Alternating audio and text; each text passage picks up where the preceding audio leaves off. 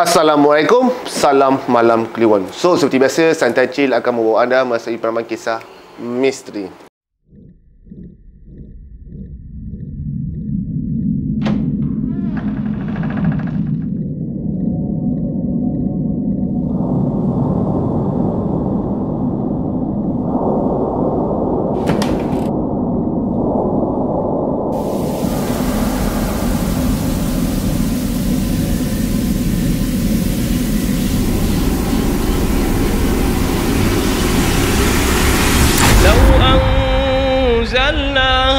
القرآن على جبل لرأيته خاشعا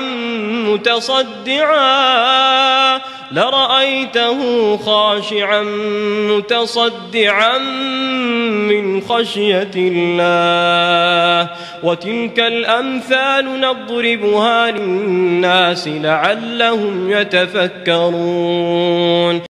Okay guys, hari ni aku bawa seorang tetamu jemputan yang aku pasti dia akan gantikan Sam lepas ni. Dan kau takkan tengyang-nyang sebut nama Sam dah kat komen.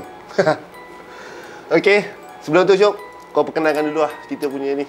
Tapi sebelum tu kita nak ingatkan balik lah kan. Jangan lupa like, share and subscribe supaya kita buat lagi banyak video untuk korang. So, tetamu kita ni kita nak minta perkenalan lah, nak panggil nama apa? Okay, biasa orang panggil saya Mike lah. Mike. Macam nama dia, bukan Mike Tyson. Okay Mike, kita nak dengar segalanya bermula dari mana? Okay, so cerita ni bermula daripada family aku sendiri lah. So sebelum ni aku nak masukkan sikit intro. Yang family aku ni adalah family sederhana. So bapa aku ni seorang yang berkejaya dan mak aku hanya suri rumah. So bermulanya satu cerita lah untuk aku minat ke dalam bidang ilmu gaib, ilmu gelap. So ini bermula kisah pada rumah aku sendiri, rumah kediaman aku sendiri kena.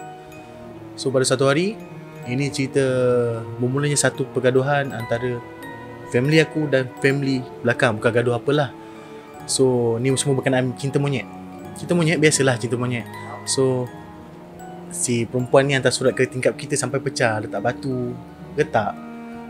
So biasalah mak mana puas hati tengok benda-benda macam ni kan. So faham ni jenis nak sampaikan melalui tingkap atau pecah. Zaman dulu yang pakai yang apa, buah pasu. Tak ada, yang dulu botol kaca ting ting ting ting macam panggil dulu kan. zaman Piramli kan.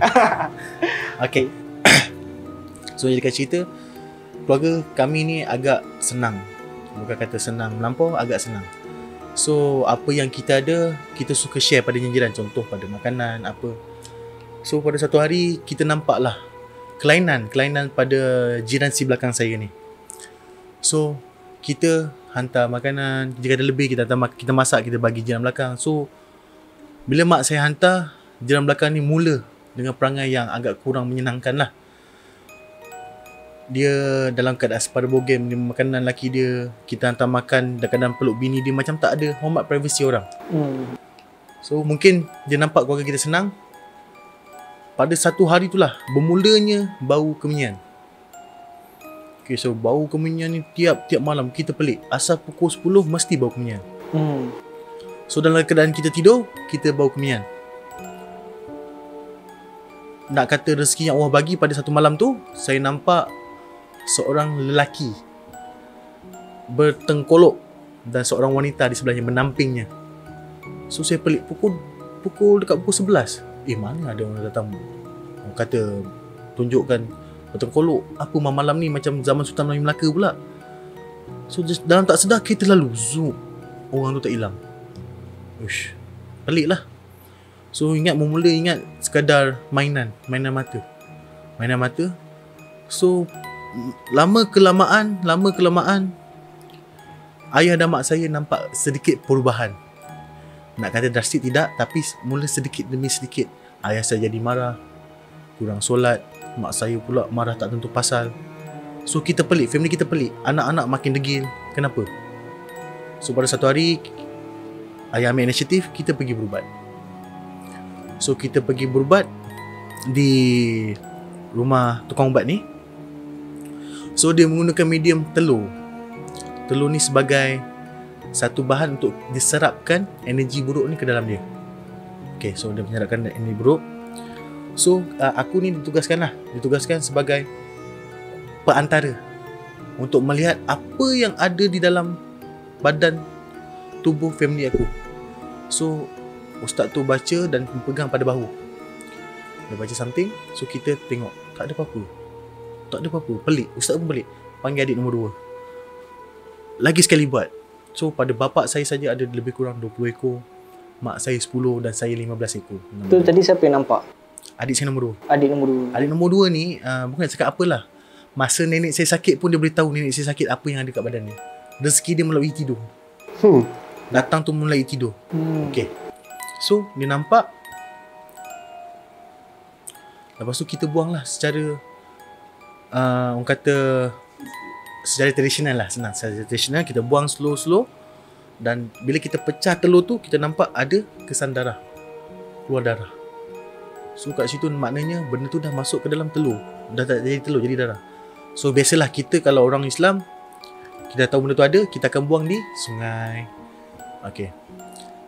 Dalam masa scan tu, okay, di setiap sudut rumah rupanya ada berbagai-bagai jenis jin.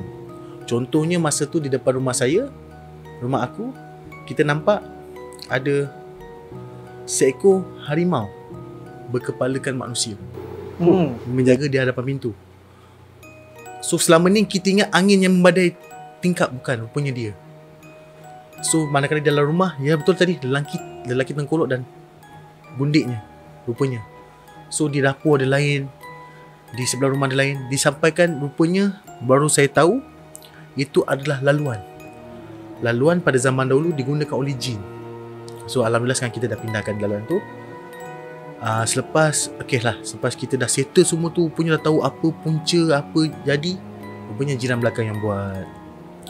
So pada satu hari lah nak jadikan cerita, mak saya kemas awning dapur. Kemas, tarik jatuh sini. Mungkin kadang-kadang budak-budak kan baling sikit-sikit, rupanya tarik jatuh. Rupanya baru kita tahu itulah medium yang digunakan oleh sang jiran ni menghantar kepada keluarga kami. So sampai satu tahap, kita pun bukan kata nak menghantar, kita guna cara baik, dan dia pun beredar pada tempat tu. Dan dikatakan sampai ke hari ini rumah dia masih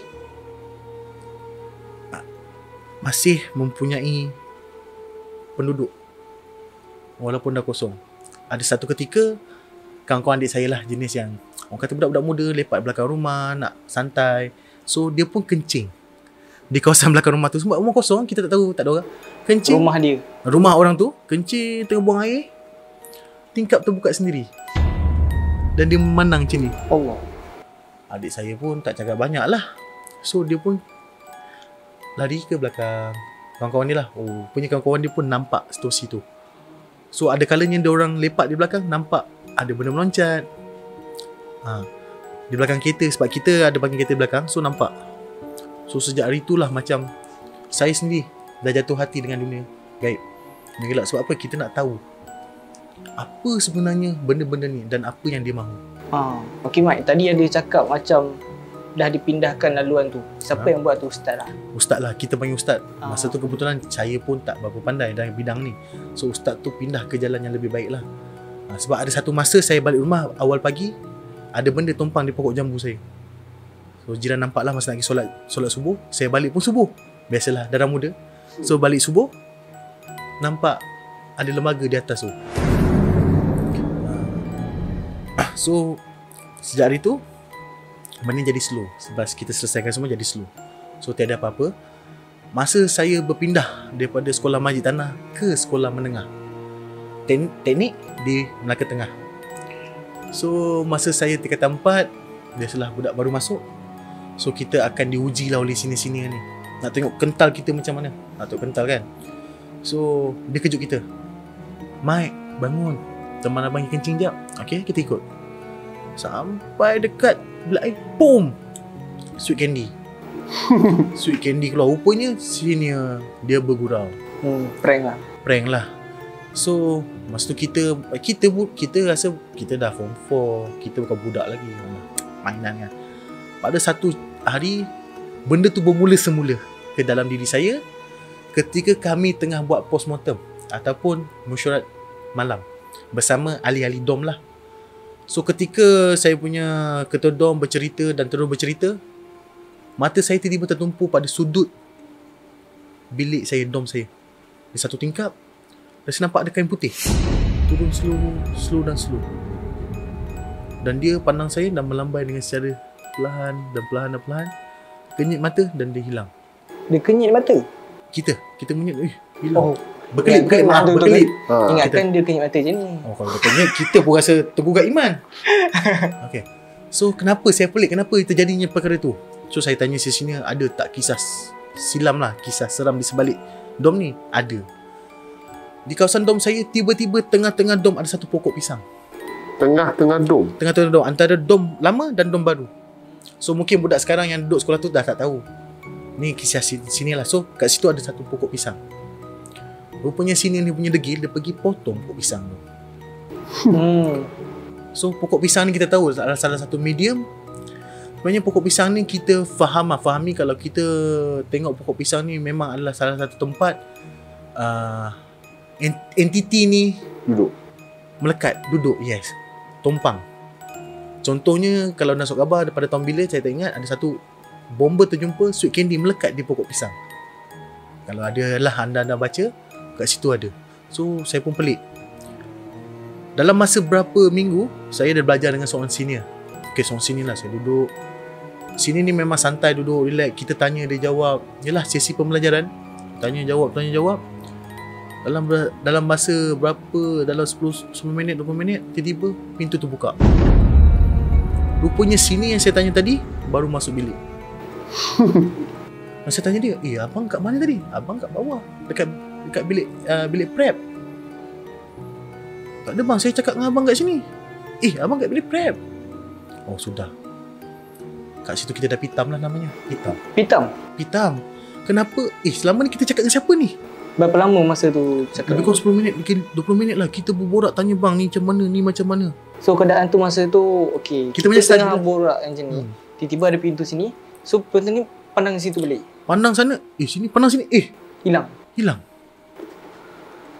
Itu yang jadi satu tanya lah, kenapa? Tapi bagi saya itulah salah satu pengalaman berharga. Okay, dalam masa tahun yang sama juga, masa saya junior, saya ni jenis yang degil. So saya ada buat satu grup bersama kawan-kawan saya, membuat sedikit lah, orang kata, kita terpengaruh cerita Mak Saleh tu, Ghost Adventure. So kita pun dalam pukul 12 malam kita panjat pagar, kita masuk ke sekolah untuk membuat lah perbuatan yang orang kata mencari hantu. Senang cerita, mencari hantu. So ketika kami berjalan, di setiap bilik darjah tu, berlainan-lainan kita jumpa.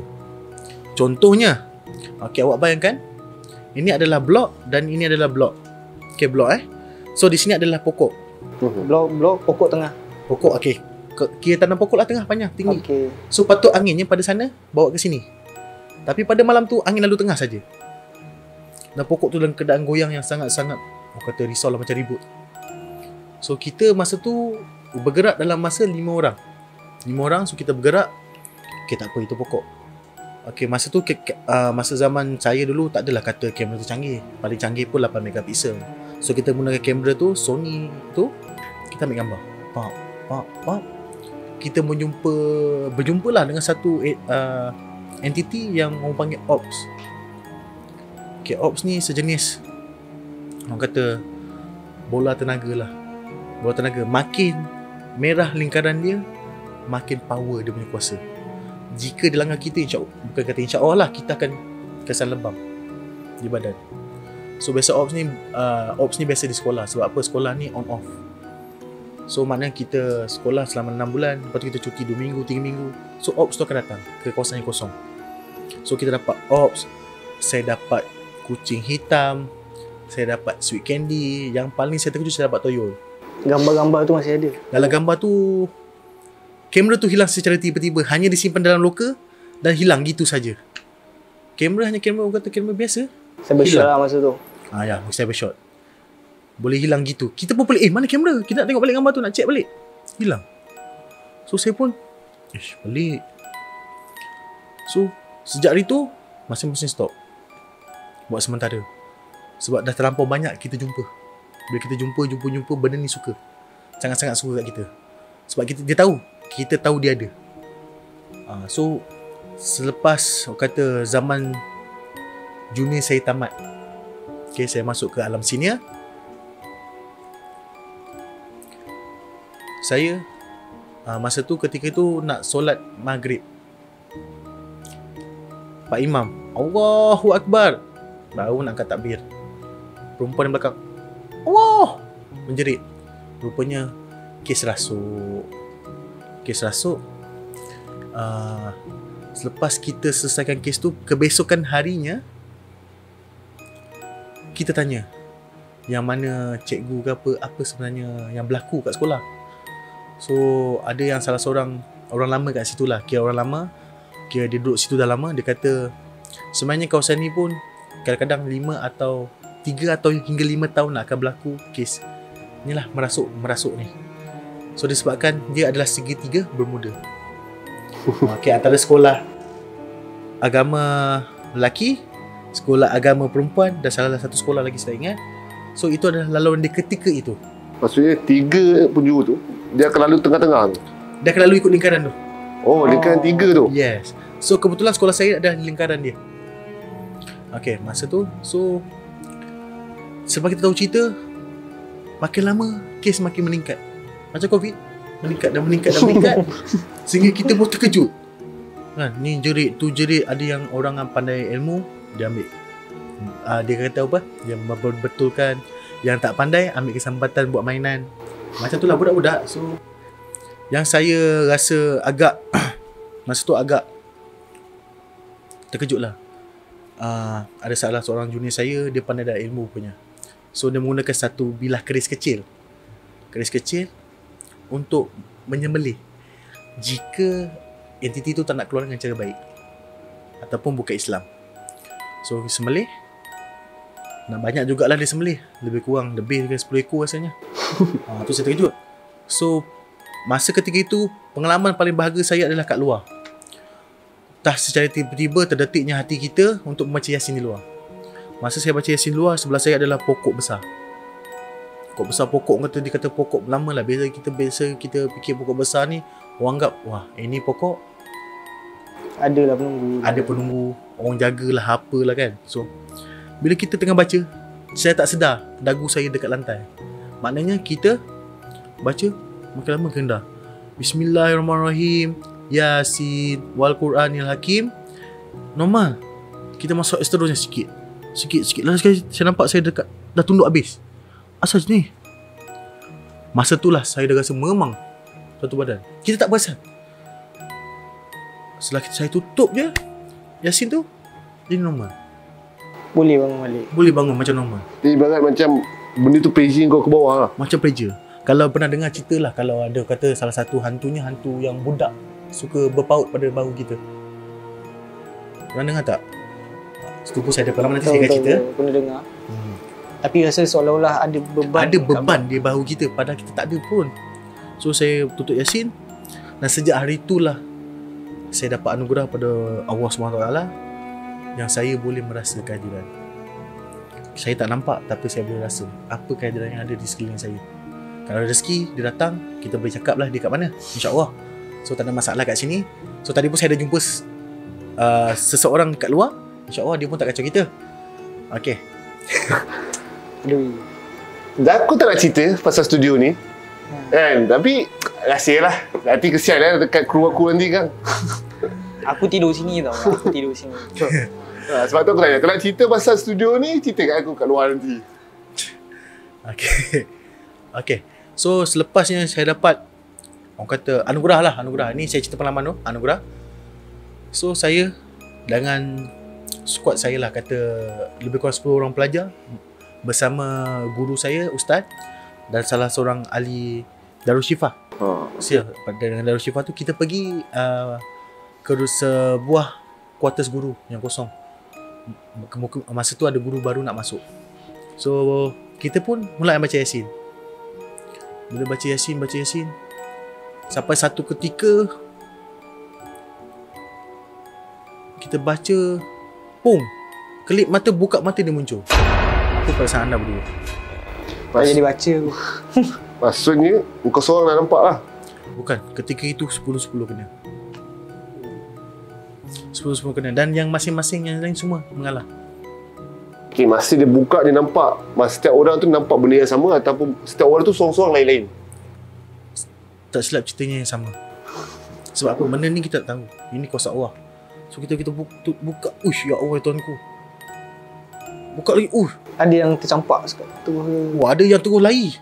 Tu angkat kaki je. Sebab apa? Pengalaman pertama terkejut. Okey, kau buka depan ni lah. Ya. Bukan Yasin. Ha? Ni. Oh. Okey guys, aku tunjuk kau tak nampak. Ini sini.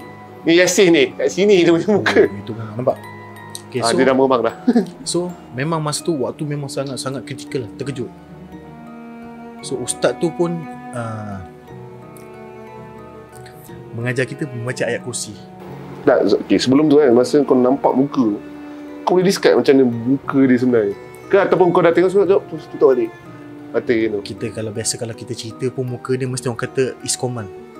Muka buruk, mata merah, muka hodoh. Kalau kita cakap pun mungkin orang kata it's a command. Tapi itulah kenyataan dia. Sebenarnya apa yang kita cerita ni adalah kenyataan. So, muka hodoh. Lepas nampak tu kan, dah nampak ni, buat apa balik? Tutup mata balik ke macam mana? Tutup Yasin, angkat kaki dan beredar. Tapi still there lah benda tu. Sebenarnya kita tutup Yasin, kita semua masing-masing macam ni lah. Macam orang buta. Tak berani nak buka mata, tak berani. Okay. Bila buka, dia pump satu kali. Macam flash, pump. Betul. Takkan kita nak buka, hai, tak mungkin. Okay, so ustaz tu pun kata, ramai-ramai baca ayat kursi. Dalam keadaan mata tu tutup. Mata tutup. So yang mengalahkan jin ni sebenarnya ialah jin tak boleh ikut. Jin ni mengikut. Ada dengan suara halus. Kita baca ayat kursi pada awal sampai akhir. Tapi pada ayat terakhir tu dia tak boleh lawan. Dia takkan boleh follow ayat terakhir kursi. Ayat itulah yang mengalahkan dia sebenarnya. So inilah salah satu tip lah kepada penonton. Jikalah ada benda-benda yang datang, amalkan ayat kursi. Dan ayat terakhir itulah ayat mengalahkan dia. Dia takkan boleh follow. Ini salah satu ilmu lah. So rupanya nak jadikan cerita, di belakang tu ada salah satu kubur yang dikatakan pendekar lama. Pendekar lama, saya tak tahulah pendekar ke apa ke, tapi itu adalah cerita sejarah kampung Bukit Piatu. So mungkin yang mana viewer pada Bukit Piatu dia tahu kubur tersebut di mana dan berada di mana. So sampaikan jentolak datang pun untuk pecahkan kubur tu pun tak mampu. Sejak peristiwa itu, hari-hari saya di teknik makin, orang kata makin, nak kata saya suram, tidak, tapi menyeramkan lah. Kadang kita duduk saja-saja, pandang bumbung asrama, nampak Sukendi lompat slow dan slow, pop hilang. Tengah jalan-jalan, rasa ada orang ketiga di belakang. Itu biasa. Itu sangat-sangat common. Dan satu ketika juga ni nak katakan bukan perempuan saja yang kena, pada lelaki pun boleh kena. Bila kita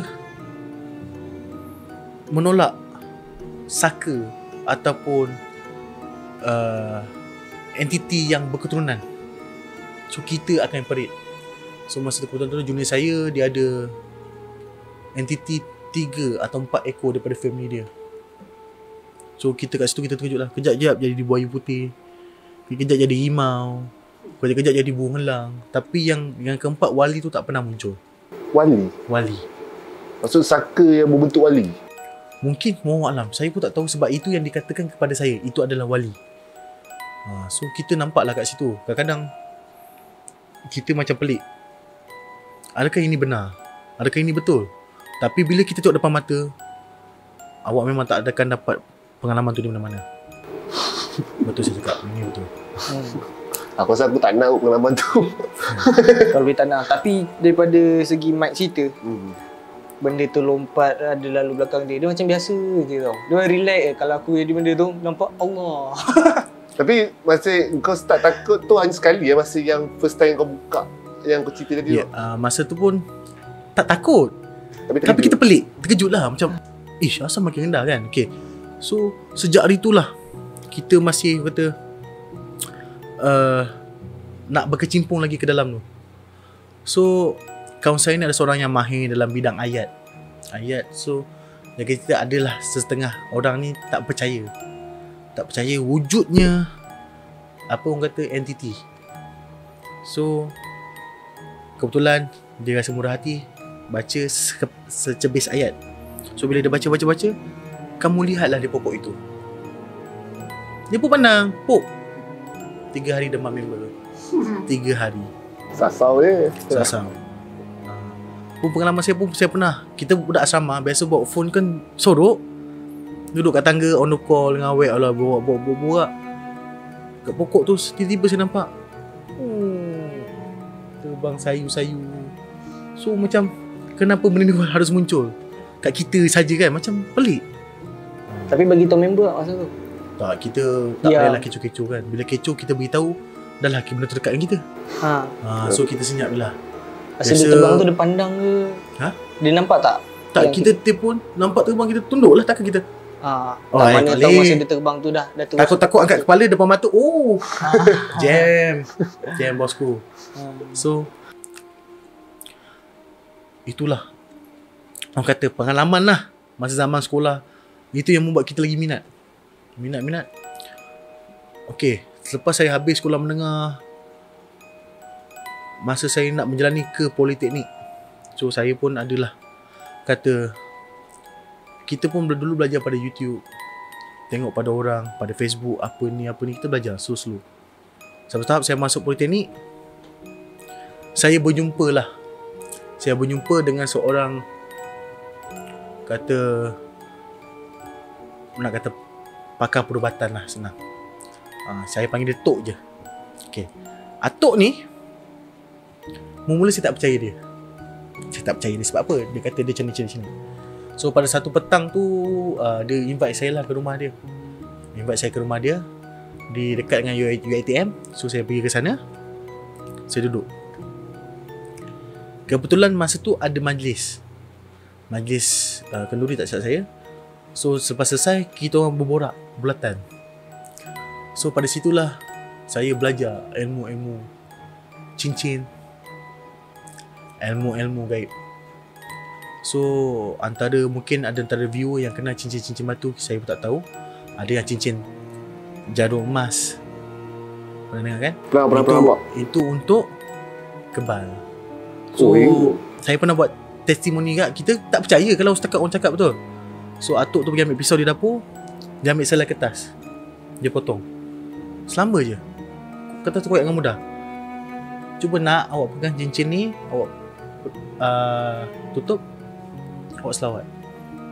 Selawat dia potong. Tak ada darah. Okay, yang masalah cincin tu, aku ada member yang simpan batu cincin tu. Dia beli dekat aku dia beli dekat Sabah atau Sarawak kot. Dia kata batu tu asalnya satu dia jarum lama. Betul. Bila lama simpan, dia akan beranak. So itulah batu tu sebenarnya. Itulah batu dia. So batu ni bukan semua orang ada. So dalam dunia orang kata yang bermain batu ni, dia akan tahu masing-masing ada rate masing-masing. So antara batu yang orang kenal ada delima merah. Pernah dengar dulu. Batu serai, batu ni lah, macam-macam batu lah. So masa ketika itu saya test lah batu tu. Kita cakar tangan. So selepas tu, okay, Atuk nak tunjukkan kau satu barang rare. Kita tak tahu masa tu, kita macam barang rare kan. Dia bawa satu mangkuk air dan dia bagi saya 2 bulu.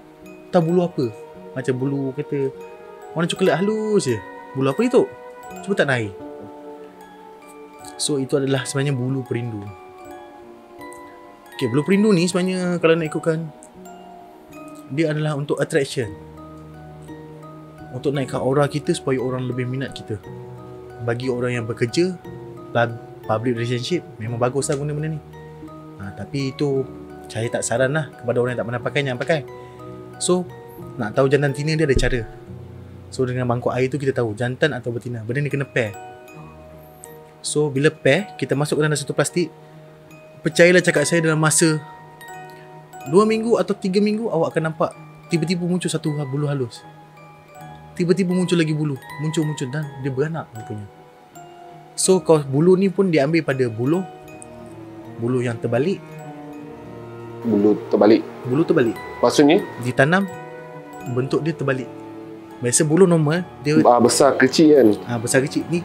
Besar. Kecil ke besar? Yes. So itu nama dia bulu perindu. So hanya seorang saja yang boleh pergi ambil di kawasan tu. Kalau kita ni nak ikut pun tak boleh. Nescaya kita masuk, dia akan tenang kita keluar selamba. Macam ada satu kata, apa orang kata, safe zone lah, macam zone lah. Ada pasang zone tau. Kita masuk pun terbang. So saya pun tak percaya kan. Kita pun tak boleh percaya. Sebab apa? Kita tak nampak. So bila kita tengok dia buat, dia panggil keturunan dia. Tiba-tiba dalam kita selawat, kita rasa sejuk.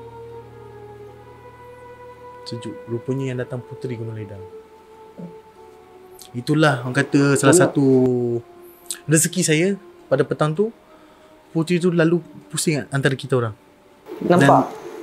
Tak nampak. Kita dapat merasai kesejukan tu. Memang sejuk. Tak ada aircon, tapi kita rasa sejuk je. Rumah batu, rumah orang kampung, mana ada pasang aircon kat hall. Ni bukan semua orang lah. Setengah orang tak pasang. So ketika tu rasa sejuk. Dia sejuk, dia tepuk mak.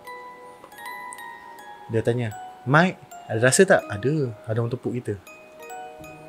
So kat situ lagi kita minat. Dah minat. Maksudnya yang Tok tu sini betul yang datang tu adalah Puteri Gunung Ledang. Itulah Puteri Gunung Ledang, keturunan Atuk. Dia just tepuk lah, tak bersuara ke apa? Tak ada. Biasanya kalau kita macam saya lebih suka kepada orang kata fizikal.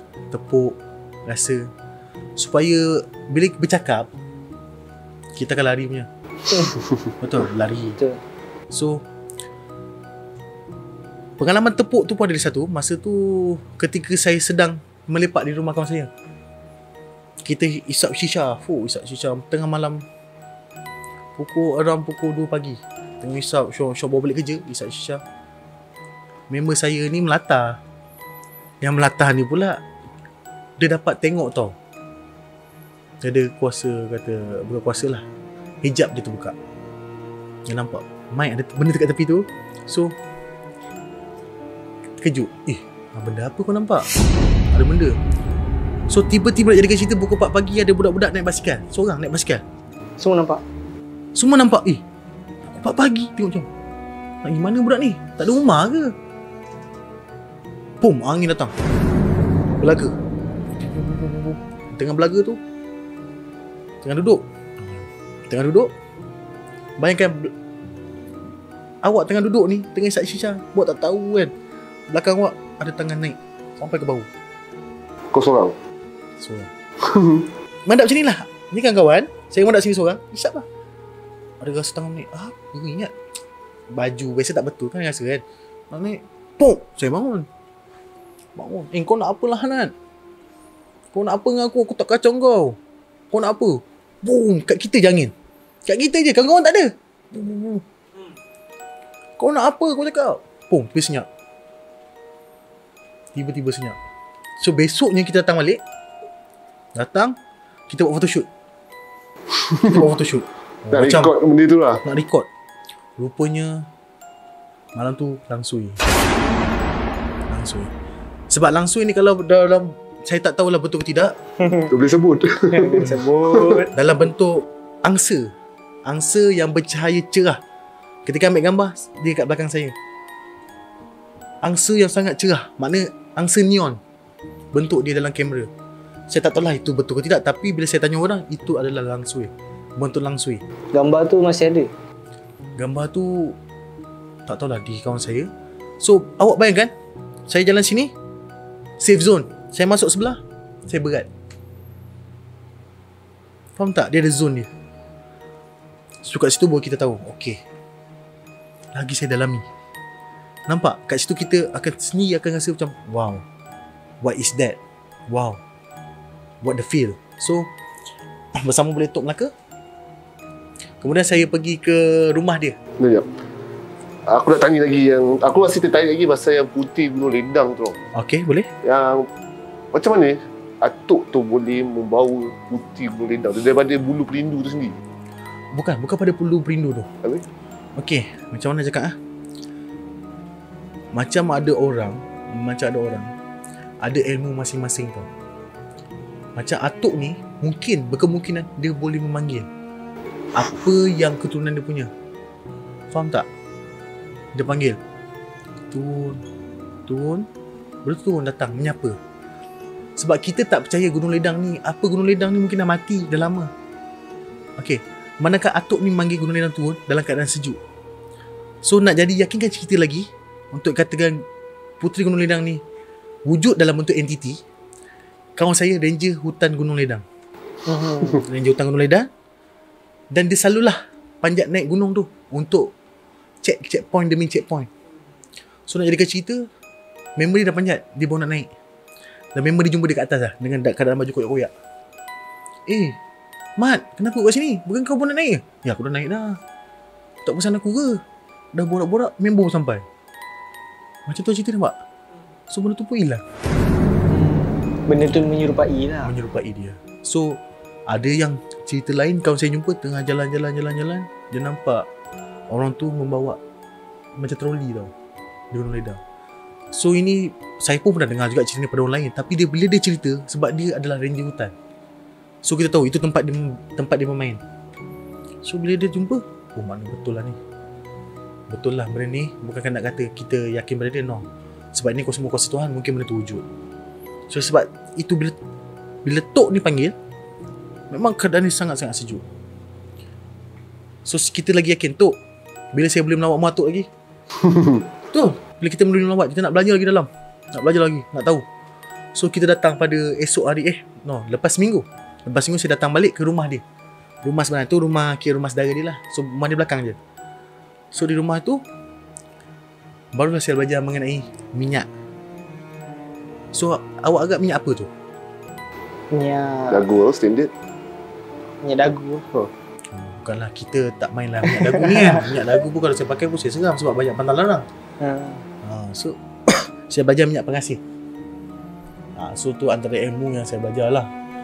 Saya lebih belajar kepada ilmu pengasih lah. So minyak pengasih ni datang dalam pelbagai jenis.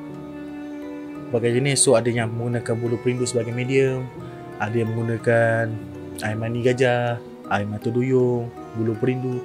So ini adalah medium untuk menaikkan aura kita bila bersama customer, bersama orang.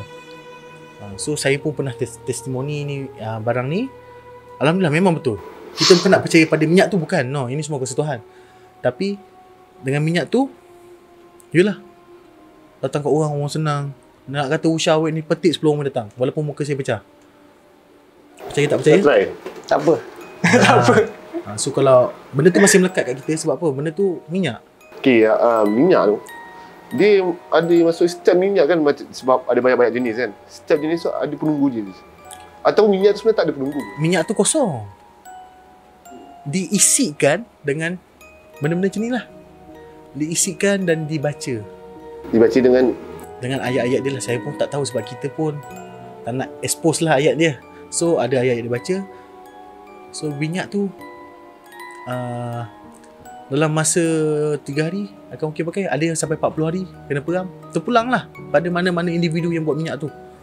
Ada yang minta masa, okey bagi abang 3 hari, okey bagi abang seminggu. Bergantung pada minyak yang kita minta di pasaran. So bagi saya sarankan pada penonton lah, kalau nak pakai minyak tu, pilihlah yang betul. Jangan pilih yang songsang. Kadang-kadang tak tahu. Dia katakan minyak pengasih, bila sampai minyak dagu. Betul tak?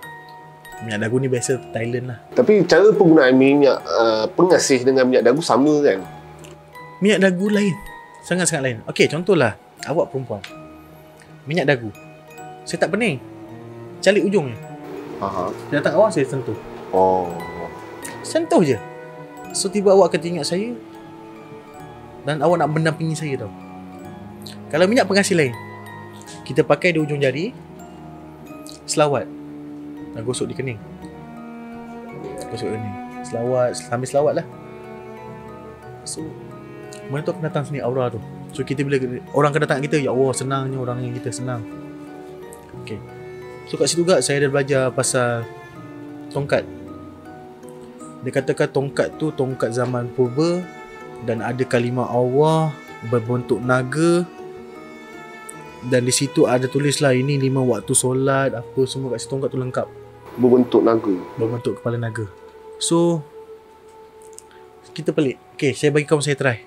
Pegang tongkat tu, baca Al-Fatihah dan selawat. Dia baca, tongkat tu dia just pegang je. Pegang macam ni, tangan je ni. Maksudnya pegang tongkat, kau Pegang tanpa grip lah, pegang. Aha. Tangan dia baca, dia rasa berat. Oh, masa benda benda tu yang mengawal tangan kita sendiri lah. Yes, kita awal. Nak tengok sejauh mana kita kuat. Dan bila saya try, ni bukan nak cakap besar ke apa, saya try, alhamdulillah. Bila saya baca, tongkat tu just ni lah. Maksudnya kalau bergerak kuat tu maksud kita lemah lah. Maksudnya dia dalam keadaan lemah. Dia dalam keadaan lemah atau kita dalam keadaan lemah? Kita. Okey. Faham, Mana kita ilmu kita tak cukup di dada untuk mengawal tongkat tu. Fuh. So alhamdulillah saya pun terkejut. Kita pun tak tahu. So kita pegang dan dia berhayun. Dia hayun saya. Oh macam ni je. So dalam kita berzikir, kita hilang. Percaya tak saya ke mana? Saya tak tahu saya. Tapi kat tempat lain. Kat tempat lain. Saya tak tahu saya ke mana. Saya tak boleh ingat benda tu tau. Tapi saya rasa benda tu lama. Situasi tu kat mana? Jadi saya baca. Oh. Maksudnya orang sekeliling kau hilang sekejap, tapi kau balik. Kita tak tahu dia dekat sekeliling. Dunia saya gelap. Okey, faham. Gelap. Lepas tu saya tahu macam saya tenang dan saya ke arah tak tahu ke mana. Tepuk pong. Oh, tahu kita kat sini. Kata awak boleh berubat. Kau tahu kat mana? Black hole. Tak. Mungkin Kalau kau tengok cerita Harry Potter kan topi tu nak mengenal kau masuk Dumbledore. Kan? Lebih kurang cerita. lebih kurang kan. Tapi itulah kenyataan kita kan. Tapi itulah. Lepas tu Tak, satu lagi aku nak tanya. Pasal tongkat tu kan. Tongkat tu sebab ada setengah orang pakai tongkat daripada akar kayu tau, dia buat tongkat. So dah bentuk fizikal benda tongkat tu adalah kayu ataupun akar kayu sebenarnya. masa saya pegang tongkat tu, dia lebih kepada macam besi tau. Besi bukan kayu. Kita dapat rasa berat dia lain. Dia berat, tapi berat dia kita boleh kawal. Bukan berat macam berat melampau. Dia takkan gempor-gempor tangan kita, takkan. Bukan kayu lah. Saya rasa bukan kayu. Pada tongkat kita pegang, dia lebih berat. Tapi berat dia masih kita boleh pegang sampai tangan. Dia bukan kata berat kayu lain, berat besi lain. Macam kurang gitulah. So masa tu baru kita tahu, oh kita lagi minat. So kita pun belajar, okay ni ilmu apa. Sampai dia bekerja pun saya datang. Dan atuk tu pelik. Tu siapa tu? Tok ni siapa? Mana kau tahu? Tok, ada orang kat situ kan? Mana kau tahu? Atuk tu pelik. Sebab Islam ni tak pernah cerita yang kita tahu orang benda tu kat mana-mana. Tok, dia berlalu sebelah saya kan? Mana kau tahu? So atuk tu pelik. Atuk pandang kita, oh rupanya kau ada ilmu. Kau tak boleh beritahu atuk. So atuk tu bagi saya satu benda. Dua item kot. Salah satunya buluh. Dikata buluh ni buluh apa tak ingat, tapi buluh ni buluh tumpat. Buluh yang tak tahulah dipetir ke apa supaya saya hindar segala benda-benda buruk. Dipetir.